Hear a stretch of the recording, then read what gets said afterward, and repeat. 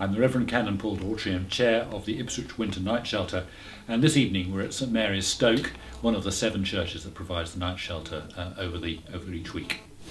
Hi, I'm Gemma and this is Pam, and we're just setting up everything, the last finishing touches for tonight's night shelter. What about someone on the street? Oh, he's ready. I never thought of myself as being on the street and being in the position.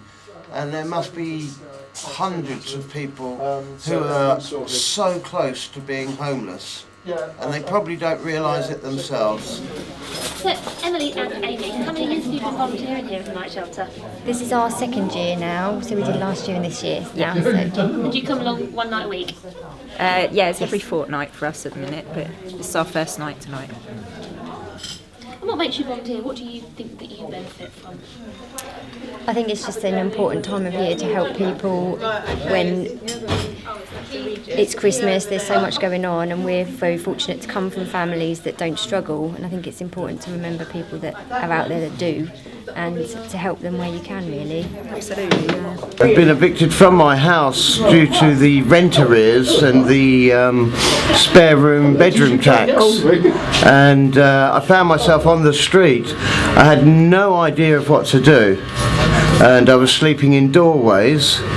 And then I went down to a church in Burlington Road, and they gave me a form to fill in, and that form introduced me into an interview where I met Renee, and I believe Wendy, his assistant, and they gave me a short interview and offered me a place at the night shelters, and they explained to me that the night shelters had been open for roughly about 3-4 years, and offered me a place.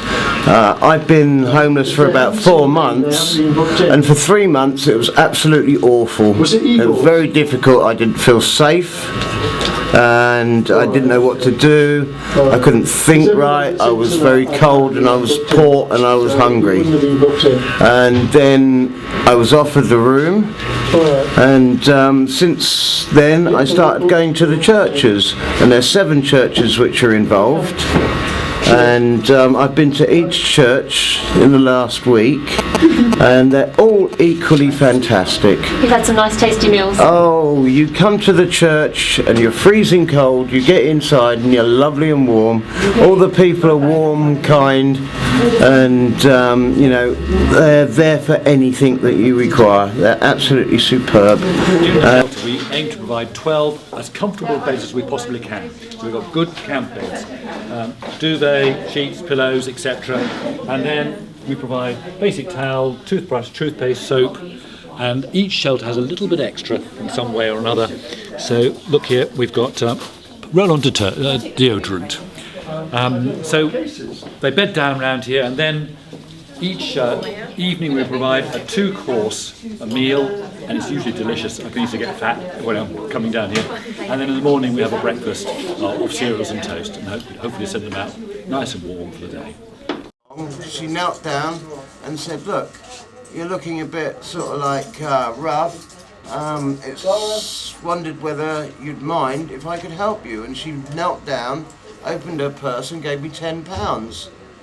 And so that just goes to show there's 2 types out there. There's some that will ignore you, and there's some that will help you. So there are people out there that do sort of like sympathise with me and in my position, but there's also the ones that just ignore you. And it's the ones that ignore you that I would like to try and get across that we're not bad people. I think a lot of people categorise you as a sort of like, oh, he hasn't got a home, so he's obviously a dodgy person.